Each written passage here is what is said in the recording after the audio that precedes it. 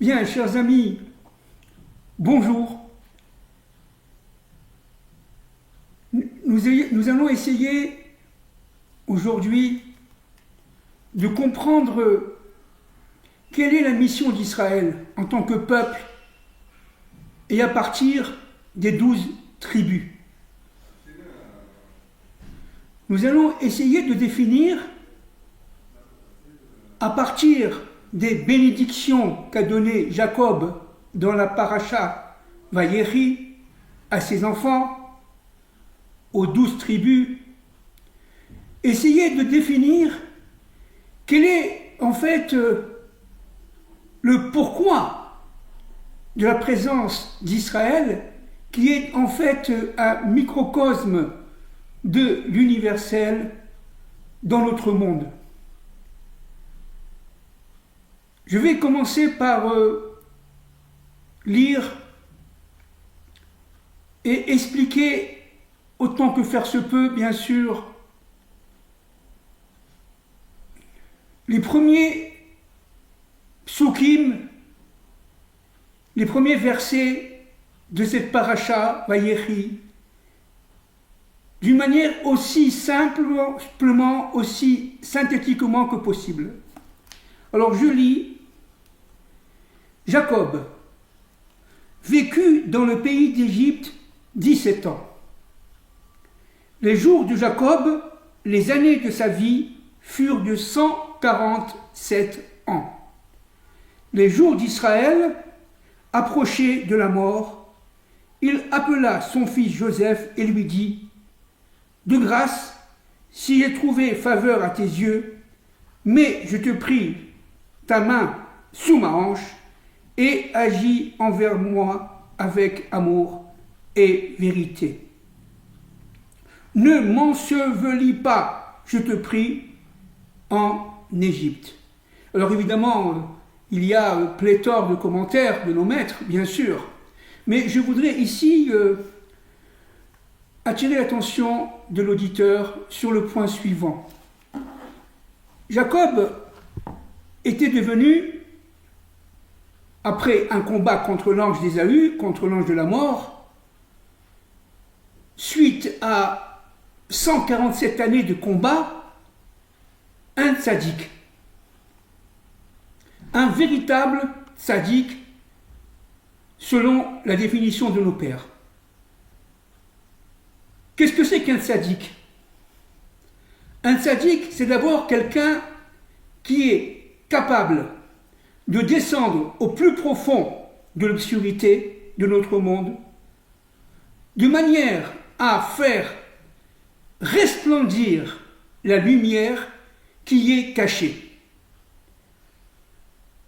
Il s'agit ici d'un combat contre les forces du mal. On a déjà parlé de nombreuses fois, nos maîtres nous ont déjà parlé de nombreuses fois de la présence de Jacob chez Lavan. 20 ans de souffrance. Mais le tzaddik, c'est celui qui est capable de faire le lien entre le ciel et la terre. C'est celui qui est capable de se confronter aux désirs les plus ardents, par exemple à la sensualité la plus ardente, sans jamais tomber, sans jamais chuter. Et c'est Joseph. Joseph, par rapport à la femme de Potiphar, malgré le risque encouru, le risque de mort en tant que fonction, il n'a pas chuté. Dans le mot Tzion, il y a la lettre Tzadik et aussi les lettres de Yavan. Tzadik, ça veut dire le juste. Yavan, ça veut dire le petit-fils de Noé, qui est l'élément source de la Grèce, de la philosophie grecque, de la culture grecque. C'est-à-dire que, en fait, pour aboutir à Tzion, c'est-à-dire en fait le Saint des Saints. Tzion, c'est le Saint des Saints dans le temple de Jérusalem. Pour aboutir à Tzion, il faut d'abord avoir réuni deux conditions particulières. D'abord, la condition du combat, la condition de si vous voulez, de se mettre en combat. Le soldat du combat contre le mal. Et surtout, il faut, malgré la solitude, malgré le fait qu'on soit complètement séparé des autres, être relié à son Dieu, un maître de l'histoire. Le tzaddik, c'est celui qui est capable de bénédiction. C'est celui qui est capable de voir avec ses yeux à l'intérieur de la personnalité de l'autre.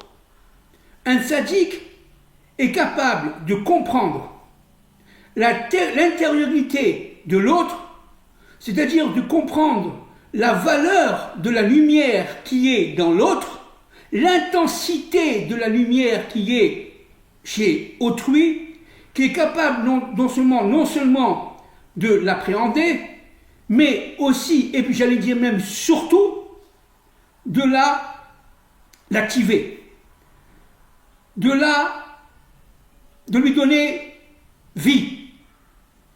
Et la bénédiction, c'est la capacité qu'a le tzaddik de révéler les forces qui sont en nous et qui attendent tout simplement d'être allumées, d'être matérialisées par tout simplement la fonction que Dieu nous a demandé d'accomplir, nous a demandé de réaliser. Ici, il y a une expression très importante que je voudrais vous soumettre. Les jours d'Israël approchaient de la mort. En hébreu, on dit « Vaïkrivou yémé Israël lamut vaïkra ». C'est-à-dire que, en fait, le tzaddik a la capacité, parce qu'il réunit le monde de l'extériorité et le monde de l'intériorité, de sentir par la bina qui est en lui, par les forces surnaturelles qui sont en lui, de sentir la fin de sa mission sur terre, de sentir la mort s'approcher. Pardon. Donc, Jacob, qui est un tzaddik parfait, a compris, évalué, non seulement le sens de sa vie, mais a appréhendé que sa vie avait atteint dans ce monde une certaine finitude. La mort l'appréhendait. Alors il faut comprendre une chose à partir du Zohar. Je vais essayer d'être extrêmement synthétique, en quelques secondes bien sûr, parce que ce sont des notions qui sont très très complexes, mais on va essayer de comprendre à partir du Zohar quelque peu de quoi s'agit-il. Il faut savoir encore une fois que nous avons chacun d'entre nous une infime parcelle de ce Or à Elion, de cette lumière divine. Chacun d'entre nous, qui descendons d'Adam et de Ève, avons cette parcelle divine, ce Tselem Elohim. Cette parcelle divine, elle se démultiplie en une infinité de lumières. Cette lumière, qu'on appelle le Or à Elion, se démultiplie en un grand nombre de lumières qu'on retrouve chaque jour de sa vie et qu'il faut réparer. Chaque jour de la vie du tzaddik est un jour de réparation de la lumière divine qui a été obstruée par la faute d'Adam et de Ève. Le Ramchal, dans son livre Adir Bamarom, dit que, en fait, de ces milliards de lumières qu'il y a dans l'infini, de l'infini, de l'infini, de l'infini, une seule lumière a été choisie par Dieu, par Akadosh Baruch Hu, pour construire notre monde. Cette lumière, on l'a dit tout à l'heure, s'appelle le Kav Haelion. Ce Kav Haelion qui est en nous a été obstrué, on répète, c'est très important, par la faute d'Adam. Et le tzaddik, qui a la capacité de retirer les voiles, c'est-à-dire les voiles de la mort, qui vont tout simplement obstruer la capacité d'être, l'identité d'être intérieure de chacun d'entre nous, eh bien le tzaddik va avoir la capacité donc de voir quelle est notre fonction identitaire enfouie en nous et à réaliser. Le tzaddik sait, si c'est un véritable tzaddik, quelle est notre mission. Le but, c'est que nous la réalisions. Et donc, Jacob, qui est arrivé évidemment au Hémet, à la tribu de qu'ils ont Tiferet, ça veut dire l'union des diversités, va avec Joseph former, si vous voulez, le fer de lance de l'engendrement du peuple d'Israël et de sa mission universelle. Et donc, Jacob, sentant la fin arriver dans ce monde, évidemment, nos maîtres disent que Jacob est éternel, que Jacob n'est pas mort, même si son corps a été embaumé par les Égyptiens. Mais il faut comprendre qu'en fin de compte, son corps embaumé par les Égyptiens a été enterré à Hebron, en terre de Canaan, en terre d'Israël aujourd'hui. Et que Jacob savait très bien que le corps était et devait être très très sain et qu'il devait être tout simplement enterré comme son père Isaac, sa mère Rebecca, comme son grand-père Abraham et sa grand-mère Sarah dans la Marpella de Hébron en français. Pourquoi? Parce que tout simplement la ville de Hébron est liée directement au Chibour. Hébron, vous voyez, Hébron, Chibour. Chibour, qu'est-ce que ça veut dire? Ça veut dire, encore une fois, on répète, le lien entre le ciel et la terre. Et c'est pas pour rien que la tête d'Esav a été a glissé, si vous voulez, et est tombé près du caveau de son père à Hébron. C'est-à-dire que, en fait, la connaissance grecque d'Ésaü, dont Ésaü est l'élément source, a été réunie au père d'Israël, mais dans la tombe. C'est-à-dire qu'en fin de compte, pour passer de trépas à la vie, pour arriver à Triat Hametim, à la résurrection des morts, il faut que Ésaü comprenne que Édom, qui est en lui, Ésaü et Édom, disent nos maîtres, que Ésaü doit être détaché, doit se séparer de ses forces, disons, très obscurissantes, très dominatrices, qui veulent tout simplement remplacer le Dieu un mais de l'histoire par l'homme et qu'on appelle Édom. La surpuissance d'Édom doit être tout simplement effacée de l'être Ésaü. C'est toute l'histoire d'Ésaü, c'est toute l'histoire de l'Occident. Maintenant,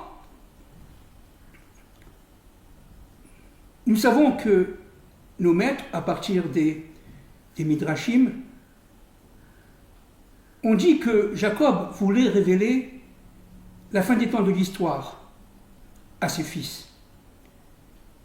Et que, en fait, au dernier moment, la présence divine, la Shrina, l'a quitté. D'abord, une parenthèse très importante. Les maîtres des secrets disent que la Shrina n'est rien d'autre qu'Israël. Qu'Israël est en fait l'attribut féminin de Dieu dans ce monde, qu'on le veuille ou qu'on ne le veuille pas. C'est-à-dire qu'en fin de compte, en donnant la bénédiction à chacun de ses enfants, Jacob voulait tout simplement relier la Shrina, Israël, à notre monde et la faire, si vous voulez, relier à la puissance supérieure, au Dieu un mais de l'histoire, Yudke Vavke, de manière à ce que Dieu soit un et le peuple d'Israël soit un. C'est pour ça que dans la paracha précédente, on dit que 70 âmes, les âmes des enfants de Jacob, sont venues en Égypte. Mais dans le mot 70 âmes, âme est au singulier et non pas au pluriel. Tandis que pour Ésaü, lorsqu'on parle des 12 âmes d'Ésaü, des 11 plus 1 âmes d'Ésaü, on parle des âmes au pluriel. Pour Israël, c'est au singulier. Pourquoi? Parce que tout simplement, Israël forme une seule âme. Une seule âme qui a 12 personnalisations, individualisations. Chacun des chefs de tribu reçoit la bénédiction de Jacob de manière à ce que sa mission, complémentaire aux autres, puisse se faire fondamentalement, globalement et jusqu'au bout. Le but d'Israël, c'est l'unité. Mais c'est évidemment très très difficile, puisque pour atteindre l'unité, le Aleph, pour que les 70 âmes qui sont venues en Égypte deviennent unité, il faut d'abord et surtout que chacun des chefs d'Israël, des chefs des tribus, soit fidèle à son Dieu. Et c'est ce qu'avait peur d'ailleurs Jacob, c'est que parmi les 12 fils, il y en avait un qui n'était pas capable de réaliser la mission divine de l'unité, comme Ésaü ne l'a pas fait, comme Ishmaël ne l'a pas fait, d'accord? Alors, il a eu très peur de donner la bénédiction aux fils d'Israël. Si un élément n'était pas prêt à la supporter, eh bien, le Aleph n'était pas réalisable et le plan de Dieu allait, chas v'shalom, à trépas. Et c'est pour cela que les fils d'Israël ont répondu par Shema Israël, Hachem Elokeinu, Hachem Echad. Ils l'ont tous dit par une même voix, ensemble, systématiquement, dans une unité parfaite ce qui a tout simplement réjoui Jacob, calmé sa crainte et poussé à bénir chacun de sa bénédiction qui est propre. Alors nous rappelons ce que nous avons dit tout à l'heure, bénir, c'est avoir la capacité par le tzaddik, de pénétrer l'intériorité de chacun d'entre nous, de l'autre, n'est-ce pas, et de voir quelle est sa mission de manière à la refléter dans l'histoire. Et cela tout au long de la vie, la présence de ce tzaddik et de l'autre dans ce monde. Alors, nous allons, à partir d'une intervention d'ailleurs d'un de mes maîtres, qui s'appelle le Rav Fison, essayer rapidement de définir chacune des bénédictions qu'ont reçues les enfants d'Israël. On parle des enfants d'Israël, Jacob devenant Israël, n'est-ce pas? Ça veut dire Jacob qui a eu la capacité de se battre et de vaincre l'ange de la mort, l'ange d'Ésaü. Alors je vais plus ou moins citer ce que un de mes maîtres, le Rav Fison, a dit, et je vais essayer d'expliquer rapidement. Réhouven, c'est l'aîné. Il est impétueux.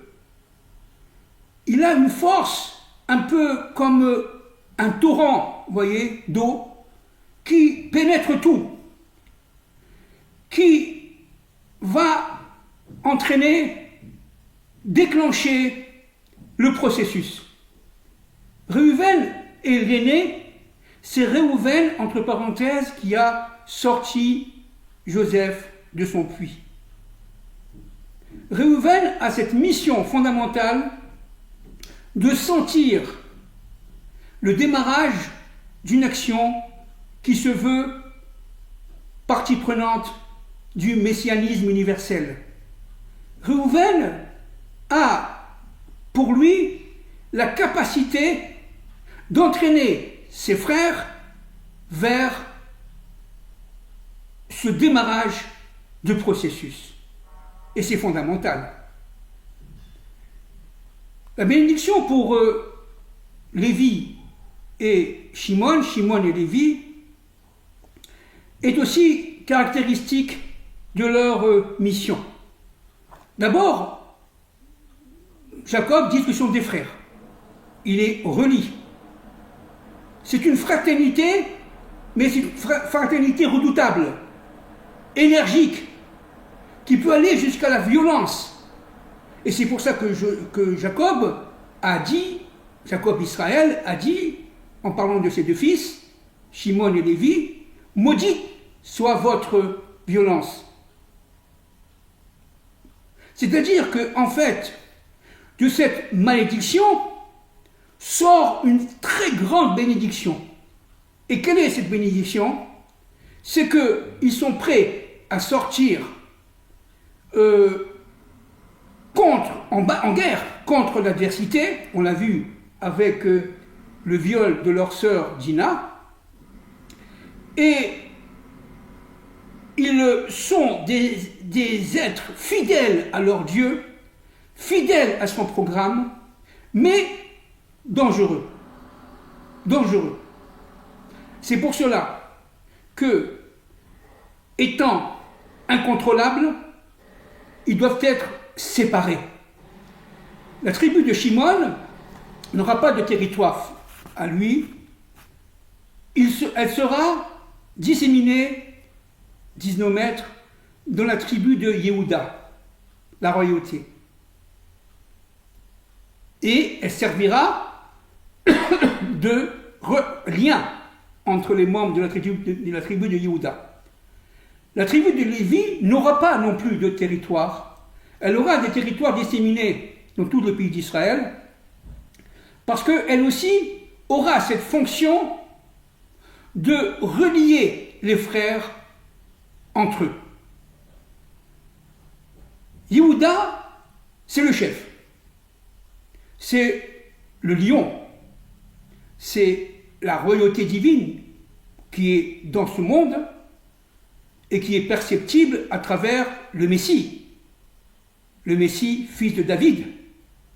Yehuda, c'est l'élément source du Messie, fils de David. Il a la capacité de faire réunir l'ensemble du corps d'Israël. C'est pour ça que les frères d'Israël, les fils d'Israël, les frères de Yehuda, étaient avec lui contre Joseph. Ils faisaient corps ensemble, parce que Yehuda, le roi, a la capacité de réunir, d'unification. Il sait que les fonctions sont certes particulières, mais complémentaires les unes aux autres.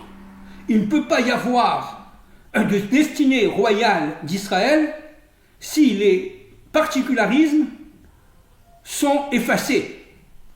Si on arrive non pas à l'unification, mais à l'unité qui est uniformité. À l'uniformité, Yehuda, le roi, dit non. Il ne s'agit pas de faire un être insensible à sa mission, insensible à son être intérieur, insensible à son environnement, et de faire en fin de compte une sorte d'humanité insipide, esclave de quelques-uns, esclave de certaines élites. Vous m'avez compris. C'est le roi lion. C'est-à-dire qu'en fait, il donne le sentiment de dormir, d'être calme, apaisé, car il attend. Il attend quoi? Il attend son heure. Le Mashiach ben David, présent à chaque génération, attend son heure. Cela ne veut pas dire qu'il va se dévoiler. Il attend son heure. Il est patient. Dan, autre fils de Jacob, c'est le principe de la justice. Mais c'est une justice divine qui se relie à la Torah d'Israël. C'est une justice qui se relie à la Torah d'Israël. Et d'ailleurs, dit le Zohar, qu'à la fin des temps de l'histoire, la tribu de Dan va jouer un rôle fondamental dans la guerre contre les ennemis d'Israël, dans la guerre de Gog et Magog. Elles vont soutenir le Mashiach ben Yosef, elles vont soutenir même le Mashiach ben David au niveau de la guerre, au niveau de l'affrontement, qui font que véritablement, avec la tribu de Dan, Israël sera vainqueur de ses ennemis. Il va se relier aussi à Issachar. Issachar, c'est l'être qui, dans ce monde, étudie la Torah au plus profond de lui-même. Et cette union entre Issachar et Dan va, avec Zébulon, la tribu de Zébulon, va permettre la messianisation d'Israël et du monde. Qui c'est Zébulon? Zébulon, c'est l'être qui est attiré par les affaires, par le commerce. J'ai pas dit par l'argent, hein, par le commerce, par, j'allais dire, l'action économico-sociale, par le fait, tout simplement, de vivre dans ce monde. Et dans ce monde-là, il y a l'économique, il y a le social, il y a le politique. Et ça, le côté, j'allais dire, affairiste, n'est-ce pas, de Naphtali, de Zébulon, joue un rôle essentiel dans la mission d'Israël. Vous avez ensuite Gad. Gad est un militaire. Gad est un combattant. Gad est capable de défendre le peuple. Gad va être sensible, extrêmement sensible à la sécurité d'Israël. C'est un être essentiel, parce que sans les forces de Gad, Israël ne peut pas réussir sa mission. Vous avez aussi les forces de Joseph. Alors, je vais très vite, évidemment, hein. Les forces de Joseph. Alors, les forces de Joseph, on en a parlé énormément. Le but, évidemment, c'est un tzaddik. Le but est de relier le ciel et la terre, de donner un sens à sa vie, un sens à l'histoire d'Israël. Et le but de Joseph, ici, dans la bracha, dans la bénédiction de Jacob, c'est de pouvoir se faire comprendre des nations. Joseph est un économiste, il parle le langage des nations. Et le Mashiach ben David, grâce au Mashiach ben Yosef qui est en lui, parlera le langage des nations. Parce qu'un langage qui n'est pas compris des nations n'est pas un langage messianique. Que ce soit clair. Il ne s'agit pas de voler dans les airs célestes sans que personne ne comprenne rien. Il s'agit de parler le langage sur terre, le langage des nations, dans lequel réside le plan divin. Ça, cette capacité, c'est Joseph qui a été vice-roi d'Égypte. Capable de faire accepter chez les nations le plan divin de l'histoire. C'est ça Joseph. Et vous avez enfin Benjamin, je vais très vite évidemment. Hein. Benjamin joue un rôle fondamental, alors c'est le seul qui est né en Eretz Israël. Il ne s'est pas courbé devant son oncle Ésaü. Et surtout, il représente la connexion avec l'ensemble du peuple d'Israël. C'est lui qui connecte le peuple d'Israël à son Dieu. Donc c'est un rôle fondamental. D'accord ? C'est l'essence même de la connexion des forces d'Israël présentes sur cette terre avec les autres mondes. Et c'est pas pour rien que Benjamin est un sabra. C'est-à-dire un sabra, c'est-à-dire dans l'extériorité, il pique, c'est comme une figue de barbarie, vous voyez en français.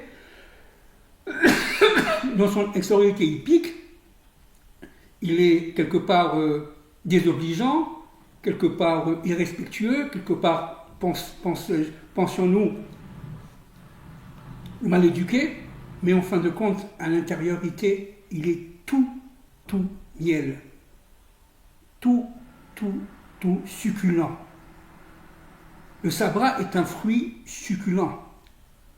Vous relevez les piqûres de la figue de barbarie, la figue de barbarie est très bonne. Donc, c'est pas pour rien que le Kodesh HaKodashim est, si j'allais dire, couvert par les forces de Binyamin. Le Saint des Saints, dans le temple, est couvert par les forces de Binyamin. Et Binyamin, étant directement d'ailleurs relié à Yehuda, à son frère Yehuda, va envelopper par son frère Yehuda le temple, le premier, le deuxième et le troisième temple. Le temple est entouré par les forces de Yehuda, ce qu'on appelle le Or Makif. Yehuda, on le sait, est d'essence féminine, et Binyamin étant véritablement la force qui réside dans le Saint des Saints. Bon, je ne sais pas si on s'imagine, qu'est-ce que ça veut dire? C'est-à-dire qu'en fin de compte, les bénédictions de Jacob, d'une manière globale, sont chacune reliées à la personnalité propre de chaque tribus. Chaque tribu est autonome dans sa mission. Chaque tribu a son drapeau. Par exemple, Joseph, on le sait, c'est un taureau. Et Binyamin, c'est quoi? C'est le loup. Et Judas, c'est quoi? C'est le lion, etc., etc. Les forces du loup, les forces du chanvre sont reliées à celles du lion. Le lion, qui est le roi des animaux, va relier l'ensemble des forces des 12 tribus. Parce que si la bénédiction, c'est-à-dire la capacité de pénétrer chacune des tribus, de comprendre quelle est sa mission et de la révéler, de la, j'allais dire, allumer, de la susciter, et le fait de susciter cette mission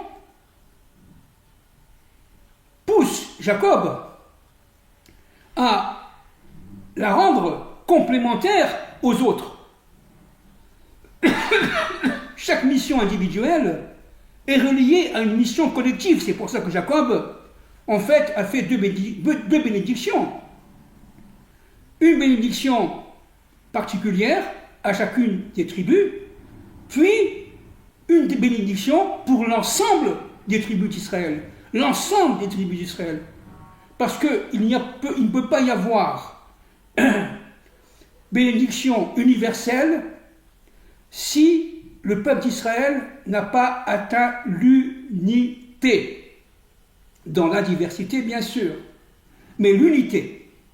Le Aleph, on l'a dit déjà des centaines de fois. Le but d'Israël, c'est d'atteindre le Aleph. C'est-à-dire de faire union avec le Dieu un, maître de l'histoire. On a dit tout à l'heure, nos maîtres disent, les maîtres des secrets disent que Israël c'est la Shrina, c'est la tribu divine féminin. Mais cet attribut divin féminin qui était en exil pendant l'exil d'Israël et qui revient sur la terre d'Israël avec ce grand retour depuis plus de 100 ans, progressivement, la Shrina qui revient sur la terre d'Israël apporte, à partir de la terre d'Israël, la bénédiction au peuple, et mais aussi à l'humanité tout entière. Mais aussi à l'humanité tout entière. Quand en Israël, les troupes de l'armée de Tsahal se battent contre les ennemis qui lui sont autour et qui lui sont intégrés à l'intérieur du pays, eh bien, il s'agit tout simplement de sauver l'universel, de se battre pour l'universel et pas contre l'universel. Israël n'a de sens que si Jacob, Israël, se relie à Joseph, l'universel. Et donc, pour essayer de conclure très très rapidement un point très important, Joseph va vivre 110 ans. Il va être enterré en Égypte, au plus profond du Nil d'ailleurs, par le pharaon. Il va ressortir grâce à Dieu et grâce à Moïse, son intercesseur, et son tombeau va sortir du Nil 210 ans après, lors de la sortie d'Égypte. Et c'est Joseph, la présence de Joseph au niveau de son tombeau qui va ouvrir, disent nos maîtres, la mer Rouge, la mer d'Éjon. L'ouverture de la mer se fera à partir des forces de Joseph. Et Joseph sera enterré à Bethléem. Pardon, je me trompe. Rachel, sa mère, est enterrée à Bethléem. Joseph sera enterré à Shrem, à Naplouse. Et, entre parenthèses, nos maîtres disent que Naplouse, Shrem en hébreu, est un centre en Israël qui est relié directement à l'aspect matériel du monde, à l'aspect universel et, disons, matérialiste de la croissance économique et sociale de l'universel. C'est la source même du matérialisme historique, du matérialisme universel. Et c'est pour ça que Joseph, qui était vice-roi d'Égypte, économiste, hors pair, a été enterré là-bas. Parce qu'il a été enterré dans son lieu. Et quel est le lieu de Joseph? C'est le matérialisme universaliste. Alors pour finir, j'attire l'attention sur la paracha Vayechi, sur un point qui me paraît très important. Pharaon était très ému par la mort de Jacob. Le peuple et tous les conseillers de Pharaon ont participé à l'enterrement. Ils ont été jusqu'à Hebron, ils ont accompagné le tombeau, ils ont accompagné le cercueil, et les Cananéens qui étaient autour, disent nos maîtres, avaient très peur de ce retour d'Israël sur la terre qui est la sienne, sur la terre d'Israël. Parce que, tout simplement, ils sentaient que la force qui était mue par ce peuple était une force supranaturelle, une force qui n'était pas seulement reliée à la raison, à la matérialisation de l'histoire. Il y avait une force supérieure, supplémentaire, ils en avaient très peur. Mais les Égyptiens, eux, qui étaient conscients de cette force, ont quand même accompagné cette force à demeure jusqu'à Hebron. Et ça, c'est très important. C'est-à-dire que l'Égypte va faire tchouva. L'universel, entre guillemets, égyptien, va faire tchouva, va se retourner vers son Dieu. Et grâce au fait, entre parenthèses, d'avoir, en toute douleur, participé aux funérailles de Jacob. Alors, on résume en quelques phrases. 1. Jacob devient Israël. Israël devient prophète. Jacob, Israël, veut assurer la fin des temps de l'histoire et donner la date de cette fin. La Shrina sort de lui, il n'a pas la capacité de le dire. À ce moment-là, il cesse d'être l'intercesseur de Dieu par rapport à la divulgation de la délivrance finale, du temps de la délivrance finale, et il va bénir. La bénédiction de Jacob est fondamentale, parce qu'elle permet tout simplement d'éclairer la mission de chacun d'entre nous en Israël, de chacune des tribus en Israël. Et ensemble, et seulement ensemble, il s'agit d'attribuer à cet être collectif qu'on appelle Israël la somme de ses particularismes. Et cet être collectif d'Israël, n'est-ce pas, va avoir une force, d'ailleurs une âme supérieure à l'ensemble des âmes de ces individualités. Et cette âme supérieure, elle est, j'allais dire, impalpable pour les nations. Ils ne peuvent pas le comprendre. Pourquoi? Parce que tout simplement, ils ne connaissent pas le Dieu d'Israël. Ils ont le sentiment, tout simplement, on ne va pas répéter, mais juste un mot, de dominer leur propre nature, de dominer leur propre monde, de dominer leur propre histoire, et de pouvoir vivre sans aucun problème sans Dieu. Et l'enterrement de Jacob à Hebron est l'enterrement, dans un second temps, de Joseph à Shrem prouve l'intérêt de ce que nous appelons, nous, la Judée et la Samarie, qui sont la véritable terre d'Israël. C'est pour ça que les nations ne veulent en aucun cas donner à Israël d'aujourd'hui la Judée et la Samarie. Parce que si Israël récupère d'une manière responsable, autonome, indépendante, démocratiquement indépendante, la Judée et la Samarie, eh bien c'est tout simplement la délivrance finale. Et ça, les nations n'en veulent pas. Voilà, je vous embrasse très fort. Restons unis.